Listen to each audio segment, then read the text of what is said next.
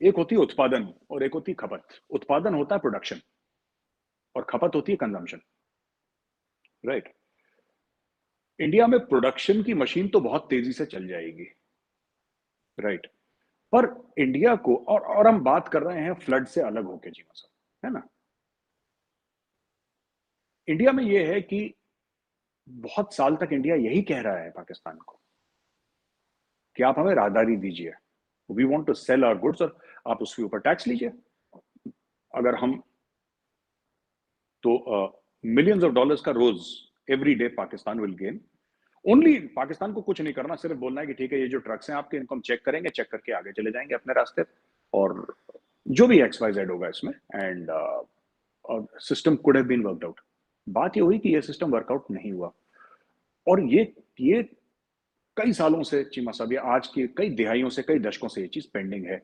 क्योंकि पहले तो बोला कि हम इंडिया को स्पेस क्यों दें, पाकिस्तान ने बोला कि अगर वो पहुंच जाएगा, बिकॉज पाकिस्तान का मेन जियो स्ट्रेटेजिक इंपॉर्टेंस यही है, मेन जो है अभी तक वो यही है कि सेंट्रल एशियन स्टेट जो एक जमाने में रशिया हुआ करते थे, वो बफर शफर का तो टाइम वो खत्म हो गया, जहां पे लोग सोचते थे कि बफर स्टेट और ये सब, that time is over.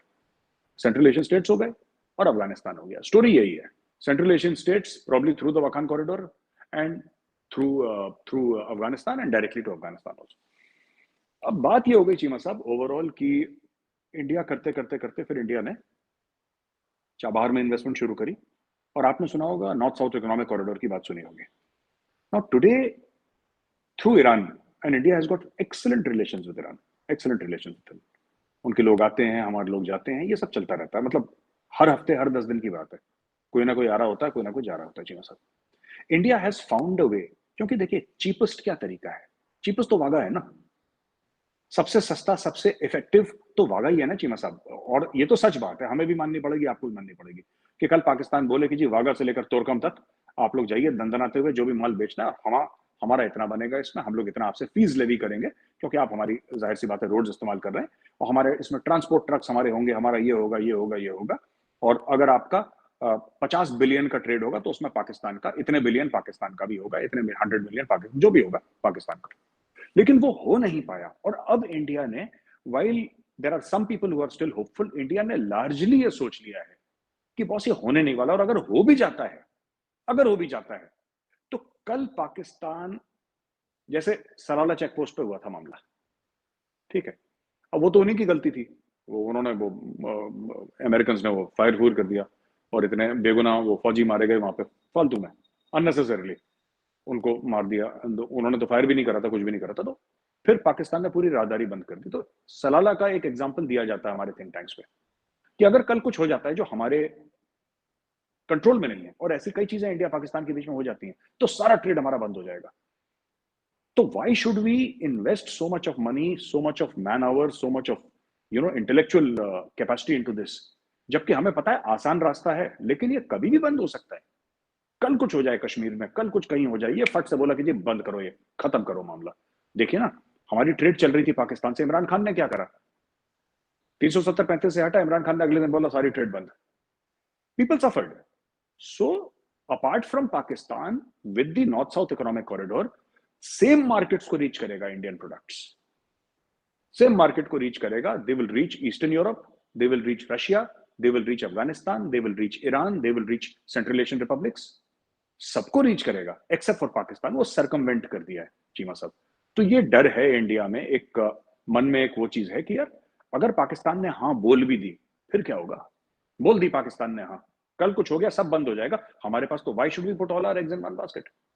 After all Cheema Sahab, if you look at China, China is doing the same thing ना। सीपैक का मतलब क्या है, सीपैक का मतलब क्या है, China does not want to put all its eggs in the C basket, वो सी लेंस में सारा नहीं डालता, उसको लगा कि Pakistan is Jio strategically extremely important, उसने बोला बनाओ सीपैक, माल यहां से जाएगा वहां से जाएगा, it is an economic corridor at the end of the day. China के स्ट्रेटेजिक इंटरेस्ट होंगे, but it's called China Pakistan economic corridor, it's an economic corridor Cheema Sahab. So that is what is happening here. बिल्कुल ठीक है। Obviously मेरे साहब ये जो आपने बात की है इसमें बड़ा वज़न है, क्योंकि जब तक पॉलिटिकल हालात ठीक नहीं होते, पॉलिटिकल अंडरस्टैंडिंग नहीं होती, तो ज़ाहिर बात है वो एक मसला तो रहेगा। लेकिन मैं इसी को अगर एक सप्लीमेंट्री छोटा-सा सवाल इसमें पूछ लूँ, एक तो हो गया नॉर्थ साउथ कॉरिडोर, एक तो इंडिया को एक्सेस चाहिए भाई, अफगानिस्तान, ईरान, सेंट्रल एशिया आ गई, यूरोप, टर्की, वो सारा।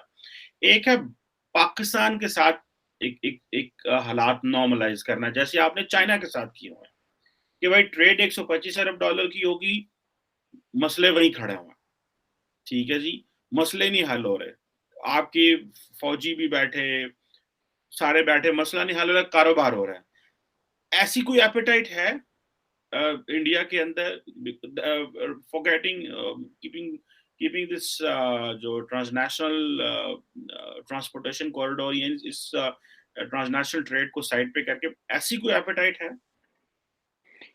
चीमा साहब, एक मैं बात बोल दूं, अगेन थोड़ी सी कंट्रोवर्शियल बात है लेकिन कह देनी चाहिए। चीन के साथ ना दुश्मनी है, चीन के साथ नफरत नहीं है। आप समझ रहे हैं मैं क्या कह रहा हूं?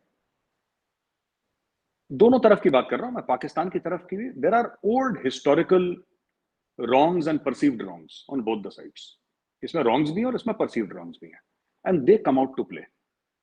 अब मैं छोटा सा एग्जांपल देता हूं। पाकिस्तान में बहुत कम पाकिस्तानी होंगे, 0.0001%, जिन्होंने कभी इजराइल देखा होगा, ठीक है।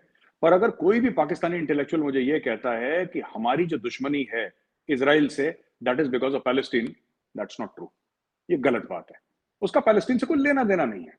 अगर पैलेस्टीन नहीं भी होता तब भी उतनी ही नफरत होती, क्योंकि पाकिस्तानी ना तो पैलेस्टीन गए ना वो इजराइल गए, वो नहीं गए वहां पे। दिस इज आपका जो मसला है, आप नहीं मानेंगे चीमा साहब, मुझे बात पता है, I will respect your opinion, but आपका मसला रिलीजियस है, यहूदियों के साथ मसला रिलीजियस है ये। और ये आज से नहीं, ये 1400 साल से चलता आ रहा है। ये यहूदियों के साथ चलता आ रहा है मामला, ये क्लैश चलता रहेगा। This is civilisational clash between Islam and Judaism. इसमें कोई पैलेस्टीन अगर पैलेस्टीन, मैं बता दूं, कल एक बार पाकिस्तानी हिंदू से हाथ मिला ले, यहूदी से फिर हाथ नहीं मिलाएगा। हमारे साथ तो 4-4 जंगें हो रखी हैं आपकी, आपसे 4-4 जंगें हो रखी हैं सब। एक वेन यू से यहूद हनूद, it has got different implications. खैर, कमिंग बैक, आप मुस्कुरा रहे हैं धीरे धीरे, मैं समझ रहा हूं। अच्छा चीमा साहब, मैं आपको दूसरी चीज बताता हूं ना। देखिए, बात यह है कि एक तो वो बात है जो आपने बोला कि पाकिस्तान कमजोर है, तो पाकिस्तान को, या पाकिस्तान में पॉलिटिकल अनसर्टेनिटी है, तो पाकिस्तान को क्यों स्पेस देना, राइट?